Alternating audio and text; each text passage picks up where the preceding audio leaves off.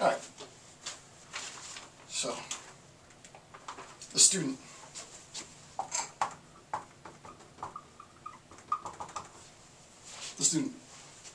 The student in this analysis becomes the basically object. I don't want to jump the gun, but the object of our instructor's narration, right? The information is directed towards whom? The student, right? So the student becomes first and foremost a listener, right? The student becomes a listener. So that's the first thing.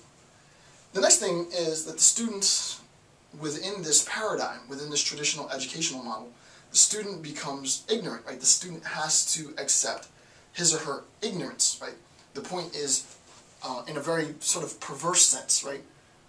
But under traditional paradigm, it's, I have something that you don't have, right? I've attained a certain level of knowledge that the student doesn't have, which demonstrates not only my proficiency, but inherently the student's ignorance. This is why, in fact, you're registered in my class, because I know and you don't. You can imagine that a very pompous educator might sort of convey that sentiment in his or her class, right?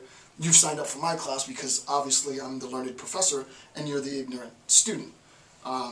Just a quick tangent, my favorite poem of all time is Walt Whitman's When I Heard a Learned Astronomer, and it's a critique on just that sort of arrogance, right? It's sort of like, okay, great, you're a great instructor, I'd rather be doing something else. It's sort of a flippant remark to academia, which I think is brilliant. All right, so the student has to assume the fact that he or she is ignorant, right? So we'll just say here, this is a representation of the possibility. Right? And this is where the information is going to be directed, right? The information is going to be directed into, right? My content information as an instructor is going to be transmitted, right? And ultimately delivered into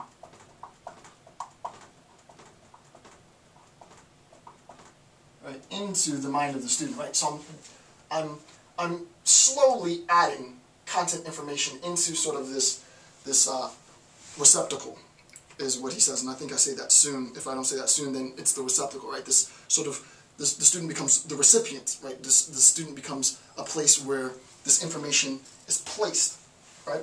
I say it in the next line, right? The student becomes the receptacle, right? So the student is a listener, but also the student is a receptacle. So the student's a listener, but also the student is a receptacle. And the question is, what is the student a receptacle of? The student is a receptacle of my static content knowledge. Blah, blah, blah, blah, blah.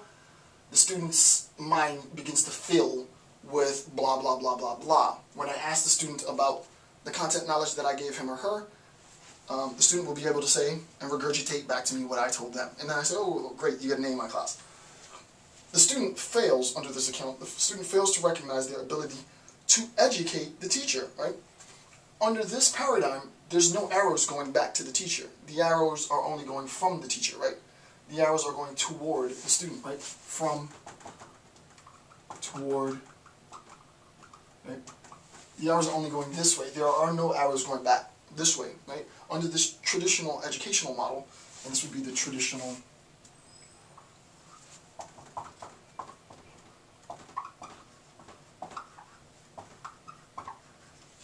This would be the traditional educational model. Under this traditional educational model, there is no opportunity for the student to educate the instructor. It is only the instructor that educates the student, right? It's a one-way, unilateral relationship, right? Knowledge is transferred from the instructor to the student. The student is a receptacle, and the student collects this knowledge. Okay. Obviously, the student becomes passive, and I talked about this in a social context in Chapter 1, right? In Chapter 1, he develops the relationship between the oppressor and the oppressed, but the nature of the relationship is constructed in social terms. In Chapter 2, he expands on that relationship, but instead of it being socially constructed, it's constructed in sort of this relationship, this dichotomous relationship between the instructor, the professor, the teacher, and the student. Okay. in that relationship, the student is passive. The student doesn't do anything but wait for this content information to be placed in the receptacle, right? So you can imagine, in a sense, that the student is there passively waiting, listening, and as the student listens, content information is slowly being placed into the student's mind. All right, the student obviously is a recipient of the gift, right? So that all of this possibility is a gift. This possibility, all that's left, all the content that the more content I can, and obviously this would be way bigger, right? There's a ton of possibility that we have to learn, right? So all of this is way bigger. This possibility, all of this blank space being the possibility, more things that I can learn, more stuff that I can stuff into my brain. The more stuff that I can learn, when I learn it, it becomes as a gift to my instructor. Right? And you can see that this is where the ego gets sort of caught up in the whole thing, right? Instructors, some instructors, not all instructors, but some instructors get this really audacious ego, right? It's like, oh, well, you know, I'm just the greatest scholar in the world because I'm giving all these gifts to my students. I've helped transform their lives, right? It is through my education that they have become the scholars that they have become, right? So you can see how this idea of giving a gift, right, and that gift being the gift of knowledge, can undermine and perverse the relationship between the teacher and the student, right? The student becomes very, very gracious for the gift, and the instructor can become very, very condescending for having given the gift, right? You get the gift as an act of my generosity, right? And we can see the implications from chapter 1 that this idea of gift giving has a correlation to his idea of false generosity and false charity, but we'll talk about that later. The last point in sort of our assessment of the role of the student in all of this, right, teacher, student, the last point is that the more passive the student is, the better the student is, right? So the more passive the student is, right, the higher the level of passivity, the higher the level of passivity, the more, right, the more the student will learn. Right? The assumption is as passivity increases, knowledge increases, right? That's what's basically being said, right? So there's a correlation. If you were to think of it on a graph, it would be something like this. It would be passivity here, and it would be knowledge here. Right? So your graph would look something like this. As there is an increase in passivity, there's an increase in the acquisition of knowledge, right? The more passive the student is, the quieter the student is. The more the student listens, the more the student doesn't interrupt, the more the student doesn't challenge, especially challenge the instructor, then the better the student is, right? Then the more I can give this student, right?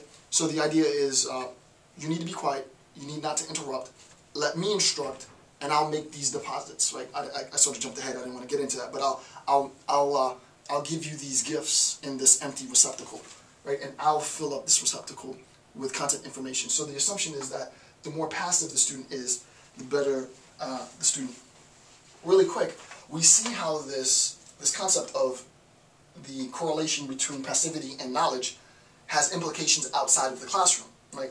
The part of this that I'm interested in, though the educational paradigm is interesting enough, are the social implications, right?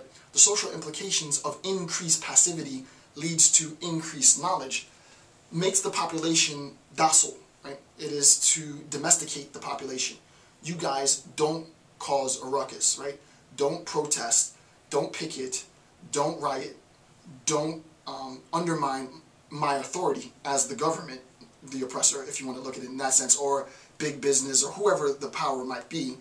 Don't undermine, don't challenge my authority, because if you don't challenge my authority and you remain passive, you'll be better off, right? So you can see how an educational indoctrination that teaches students, literally students, that the more passive you are, the better you'll be educated, translates equally in a social environment to a population that has become docile.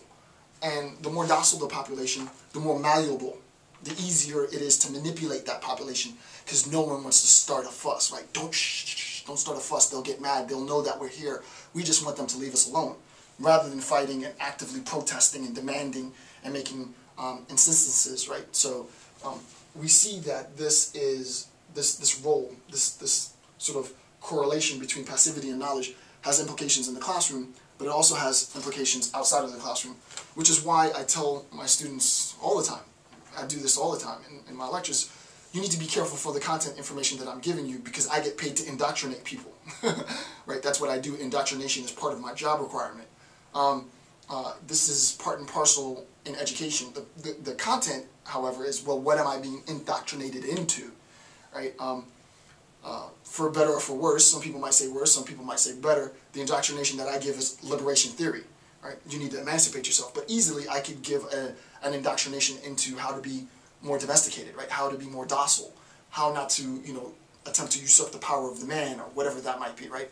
So there are different educational paradigms, but what students and instructors need to recognize is that this assumption isn't only problematic for educational theory, it's also problematic for liberation theory, social liberation theory.